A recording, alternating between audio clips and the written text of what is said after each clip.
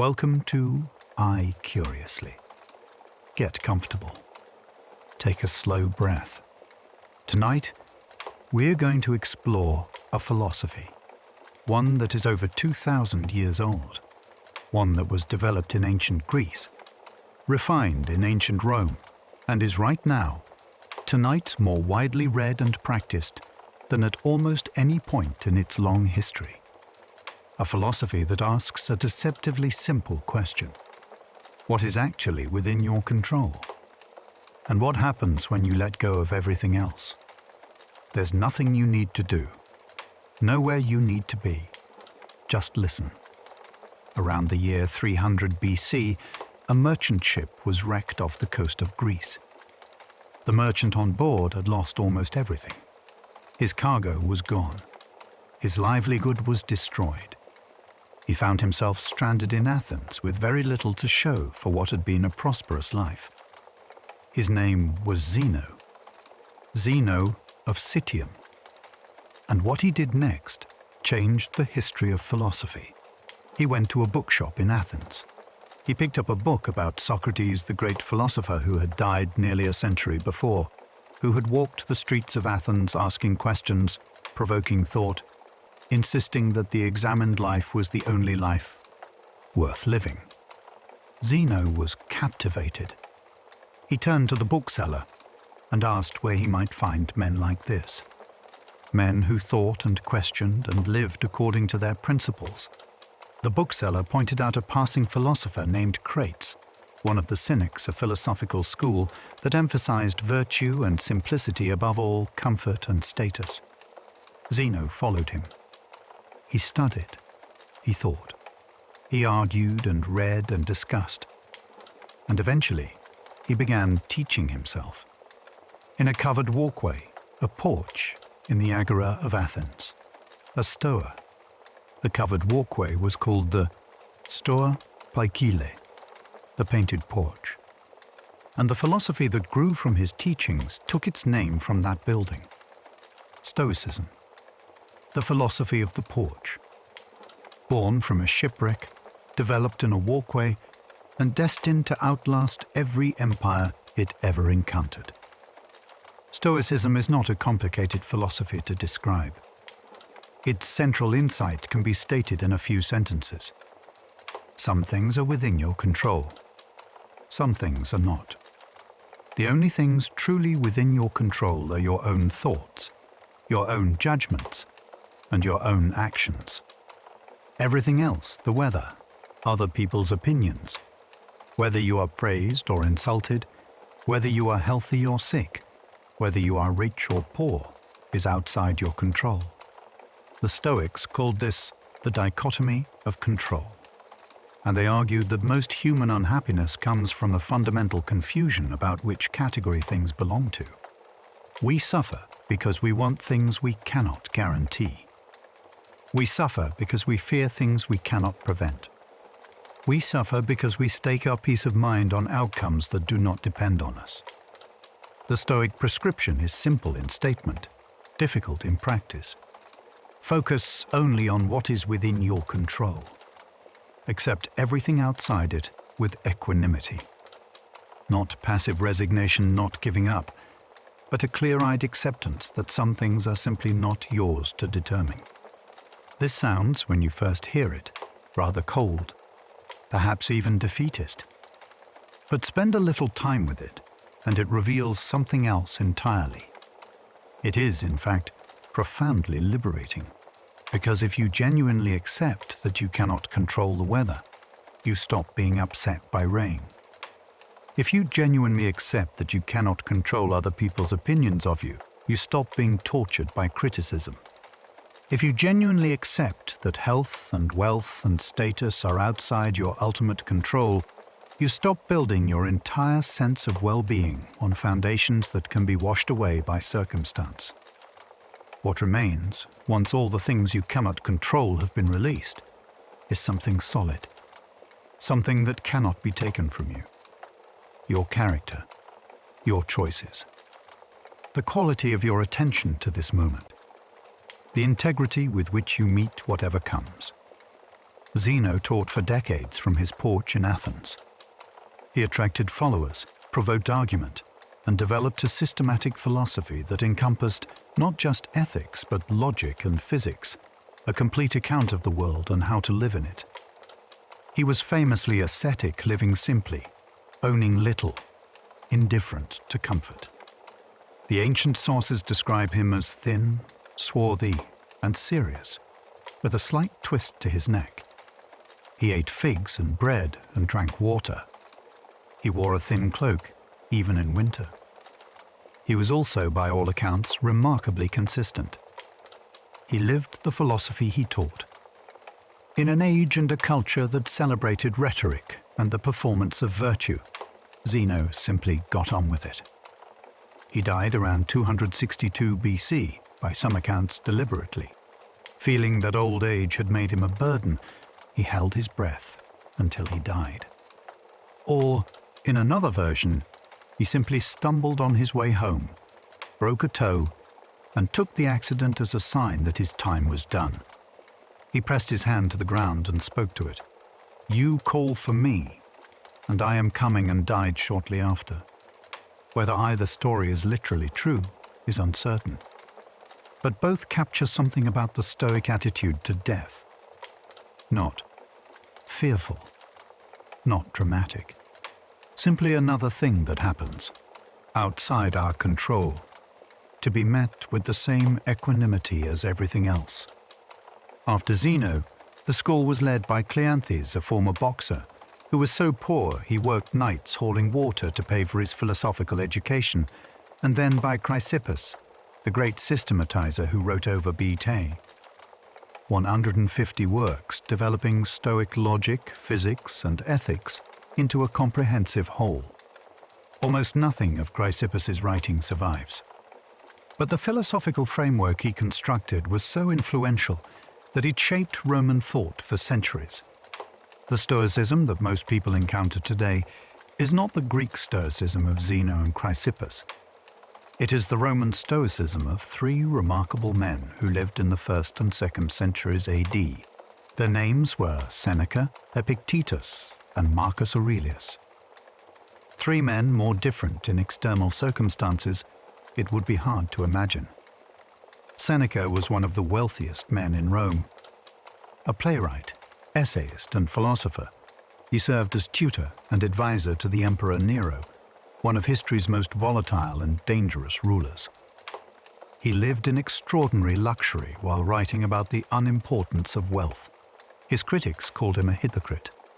He called himself a work in progress. Epictetus was born a slave in what is now Turkey, sometime around 50 AD. He was brought to Rome as the property of one of Nero's secretaries. His very name means acquired. It was not a name given in love, but a label of possession. Marcus Aurelius was the Emperor of Rome, the most powerful man in the world. He commanded armies and judged legal disputes and managed the politics of the most complex empire in the ancient world. A rich senator, a former slave, the ruler of the known world. All three Stoics. All three wrestling with the same fundamental questions. All three leaving behind writings that people are reading tonight, 2,000 years later, in bedrooms and coffee shops and hospitals and prisons around the world. Seneca wrote in letters and essays. Long, flowing, personal pieces addressed to friends, exploring ideas with warmth and self-awareness, and a great deal of what we might now call honesty about his own failures to live up to the philosophy he admired. His most famous work is an essay called On the Shortness of Life, and it begins with an observation that feels as true tonight as the day he wrote it. We are not given a short life, he argued. We are given a reasonably long one. We simply waste most of it. We hand over our time to other people's demands and other people's expectations. We fill our days with things that seem urgent, but are not important.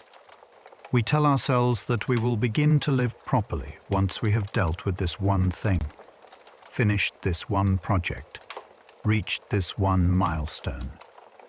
And life passes. We treat our time, Seneca argued, as if we had an infinite supply. We would not tolerate someone stealing our money, our property, our possessions. But we allow people and circumstances and our own habitual inattention to steal our hours, our days, our years, and we barely notice. The Stoic antidote to this is not to fill your life with more activity or more achievement. It is something quieter and more difficult. It is to be genuinely present in the time you have, to give your full attention to what is actually happening, to stop postponing the life you mean to live. Seneca himself was a man caught between his philosophy and his circumstances. He accumulated enormous wealth while writing that wealth was not a true good. He advised an emperor he knew to be capable of great cruelty. He was exiled, recalled, celebrated, and ultimately condemned. In 65 AD, Nero ordered him to commit suicide on a charge of conspiracy. Whether he was guilty or not is uncertain. What is not uncertain is how he died. He opened his veins, following the Stoic practice of choosing one's own manner of death when forced to it. He spent his final hours dictating letters and discussing philosophy with his friends.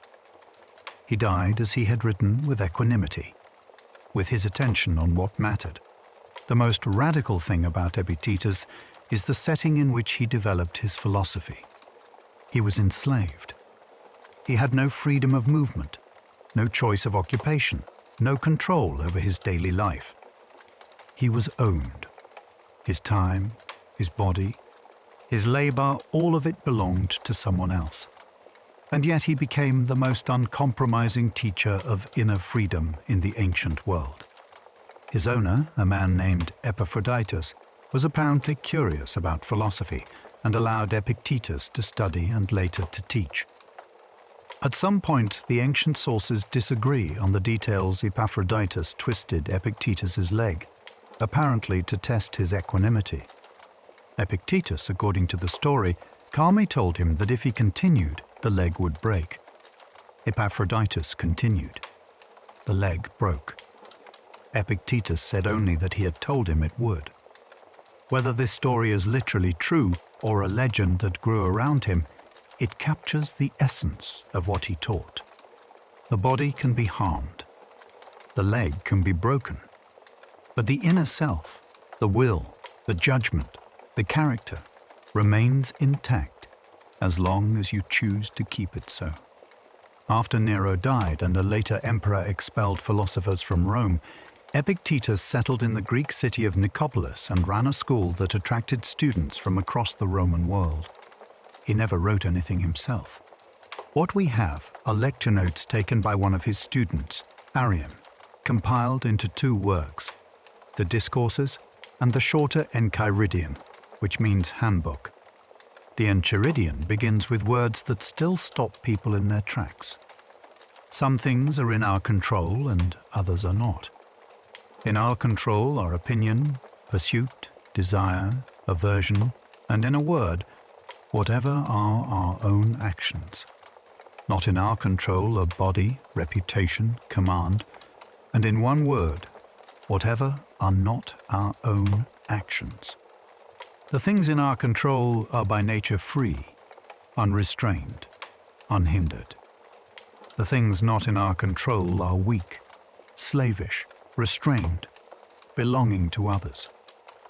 A former slave writing about freedom, not the freedom of movement or property or legal status, the only freedom that cannot be taken away. If Epictetus represents Stoicism at its most radical, the philosophy stripped of all privilege and comfort, and still standing Marcus Aurelius represents it at its most human. He was born in 121 AD to a wealthy Roman family. He was noticed early by the Emperor Hadrian, adopted eventually into the imperial succession, and became emperor himself in 161 AD. He ruled for nearly 20 years. His reign was marked by wars on the northern frontier, devastating plagues, political crises, and the constant grinding demands of governing a vast empire. He kept a journal, not for publication, not for posterity, for himself. A private record of his ongoing effort to think clearly, act justly, and remain a decent human being under conditions of extraordinary difficulty and power. We know it as the Meditations, and it is one of the strangest and most moving documents in the history of thought. It is not a finished work. It is not a systematic philosophical treatise. It is a series of notes, reminders, and self-admonitions from a man who knew exactly what he believed and found it endlessly difficult to actually live by. Begin the morning, he wrote to himself, by telling yourself, "Today I shall meet with the busybody, the ungrateful, arrogant, deceitful, envious, unsocial." All this has happened to them because they cannot tell good from evil. But I have seen the beauty of good and the ugliness of evil, and have recognized that the wrongdoer has a nature related to my own. So none of them can injure me. This is not the writing of a man who found Stoicism easy. It is the writing of a man who found it very hard and kept trying anyway. Who woke up every morning knowing that the day would test him, and who wrote himself little notes to help him meet it. One of the most touching things about the Meditations is the regularity with which Marcus reminds himself of things he clearly needs to be reminded of. Clearly needs to be reminded of. Don't be distracted. Don't be arrogant. Remember that you will die. Remember that time is short. Remember that other people are struggling too. Remember what actually matters. He had the wisdom to know what was right and the humility to know how easily he fell short of it. At the heart of Stoic ethics are 4 virtues. The Stoics believed these were the only genuine goods, the only things that were truly valuable in themselves, without qualification. The first is wisdom, the ability to think clearly, to distinguish what is true from what is false, what is important from what is trivial. Not cleverness or book learning, but genuine understanding, knowing what to do and why. The second is justice, acting rightly towards others, recognizing our fundamental connection to other human beings. The Stoics had a concept they called cosmopolitanism, the idea that we are all citizens of a single human community bound by reason and shared nature, regardless of tribe or nationality or status. The third is courage. Not necessarily physical bravery, though that too, but the broader courage to do what is right when it is difficult. To speak truthfully when silence would be more comfortable. To maintain your character under pressure. The fourth is temperance. Self-discipline. The ability to want what is appropriate rather than what is merely pleasant. To act from reason rather than impulse. Everything else, wealth, health, reputation, pleasure, the Stoics classified as preferred indifference. Things that were preferable to their opposites, yes. You would rather be healthy than sick, wealthy than poor, respected than despised. But none of these things were good in themselves. They were only as good as what you did with them. A healthy person who used their health for cruelty was worse off, in Stoic terms, than a sick person of genuine virtue. A wealthy person who used their wealth for selfishness was poorer in the ways that actually mattered than a pauper of honest character. This is why Epictetus is enslaved, impoverished, physically disabled, could write about freedom and happiness with complete authority. The things that had been taken from him were not the things that made a life worth living. One of the Stoic practices that most surprises modern readers is the deliberate contemplation of death. Memento mori. Remember, you will die. This was not morbidity. It was a mental discipline, practiced regularly and intentionally. The Stoics believed that keeping death in mind was one of the most reliable ways to stay focused on what actually mattered. When you remember that your time is finite, that this day, this conversation, this meal, this view of the sunset might not happen again, the trivial things fall away. The small irritations that consume so much energy seem suddenly less worth the energy. The people you love seem suddenly more precious. The moment you are actually in seems suddenly more worth inhabiting. Marcus Aurelius returned to this practice repeatedly in the Meditations. He would remind himself that even the most celebrated and powerful figures of history were dead. Even the emperors who had seemed so permanent and necessary had been forgotten. Their palaces were empty. Their certainties had dissolved. The river of time had carried everything away. And yet life had continued. Other people had woken up and gone about their days and found things to care about. The sun had risen and set without consulting anyone's preferences. You too will be forgotten, Marcus told himself. Not as an insult or a cause for despair, but as a liberation. Your petty concerns and social anxieties and desire for status, how much do they matter against the backdrop of eternity? Very little. Almost nothing. Let them go. There is also a companion practice, less discussed but equally important. The Stoics called it premeditatio malorum, the premeditation of evils. The deliberate imagining of bad things that might happen, so that you are not blindsided by them if they do, and so that you appreciate their absence more fully while they haven't. Imagine losing your job. Imagine losing your health. Imagine the death of someone you love. Not to wallow in these possibilities, but to sit with them briefly, to feel what they would mean, and then to return to the present with a clearer sense of what you actually have. This is the Stoic version of counting your blessings. Not passive gratitude, but an active, honest reckoning with impermanence. The Stoics had another concept that takes a lifetime to fully understand, but can be stated in 2 Latin words. Amar fati, love of fate. Not merely acceptance of fate, though that too. Not stoic endurance of fate, though yes, that as well. But active love, the embrace of everything that happens as not just tolerable, but as exactly what was needed. This sounds, at first hearing, like an impossible standard. How can you love the death of someone dear to you? How can you love illness, loss, injustice, failure? The Stoics would not ask you to pretend these things are pleasant. They are not. They are genuinely painful. Grief is real. Loss is real. The Stoics were not advocating emotional anesthesia. What they were advocating was a deeper shift of perspective.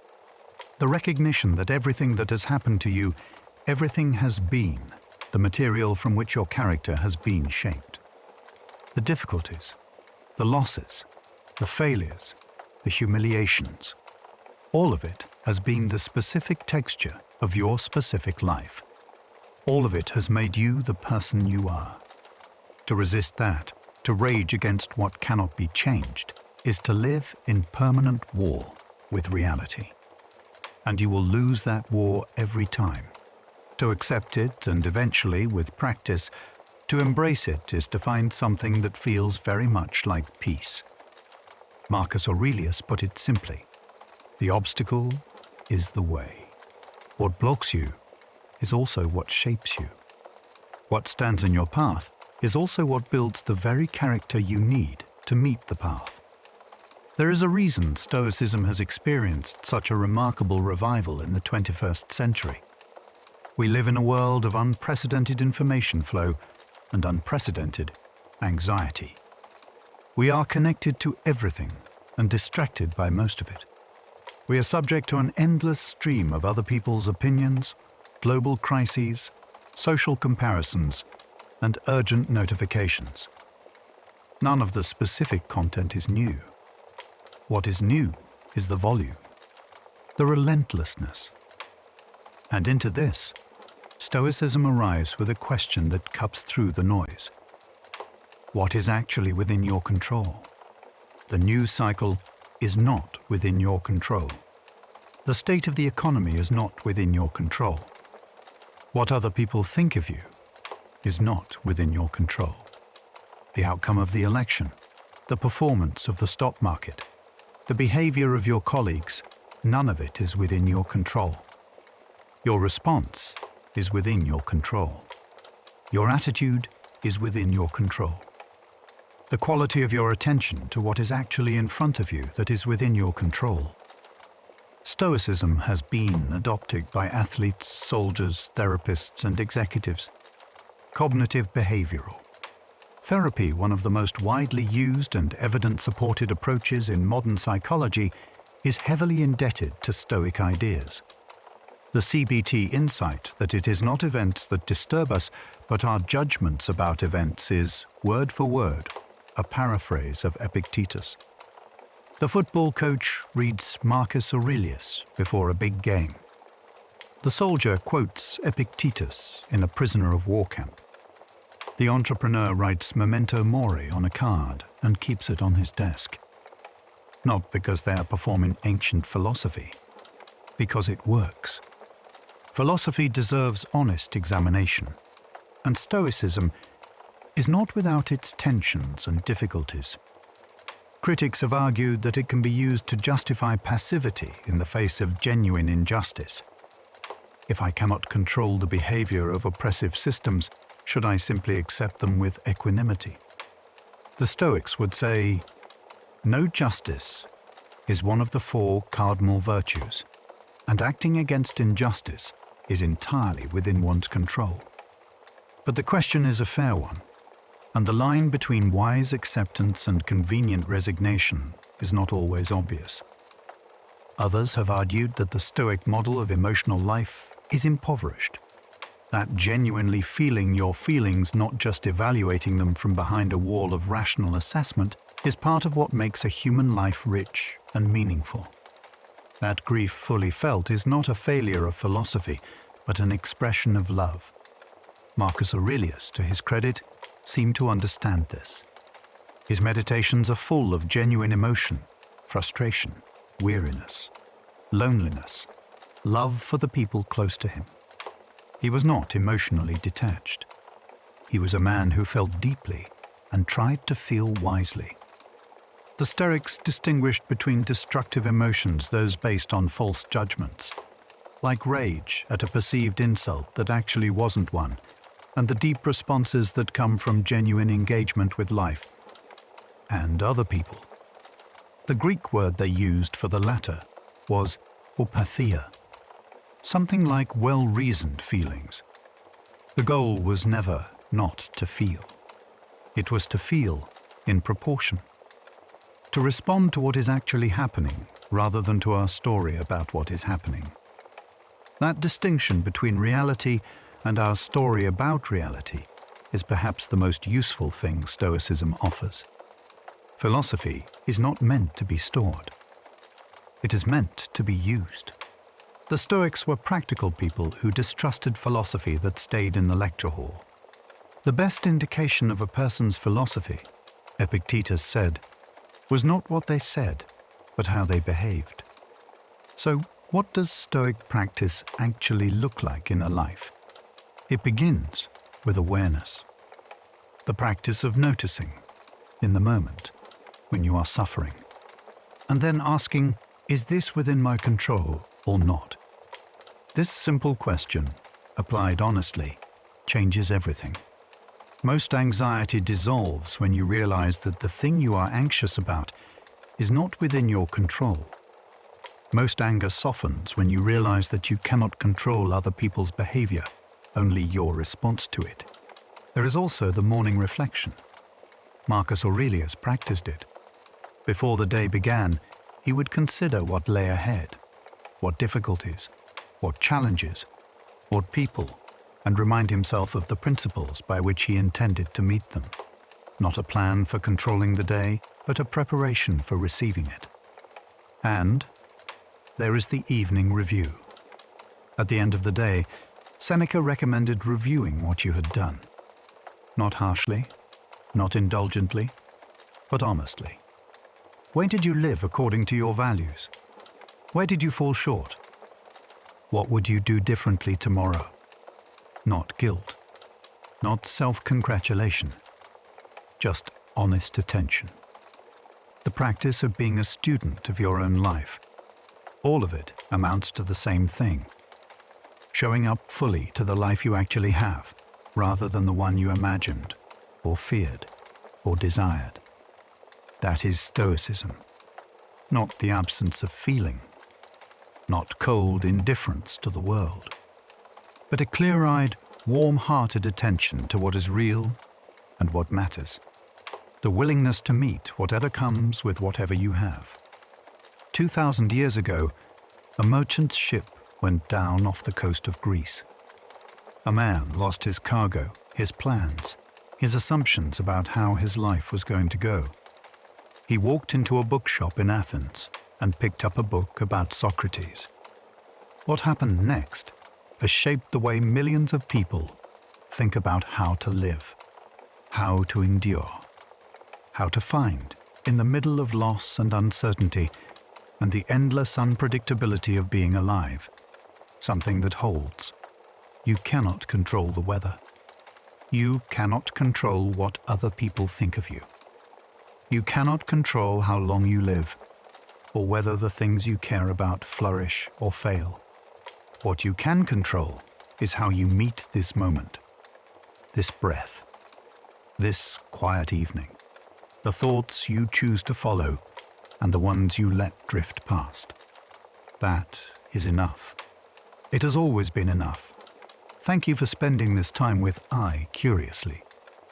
Rest well.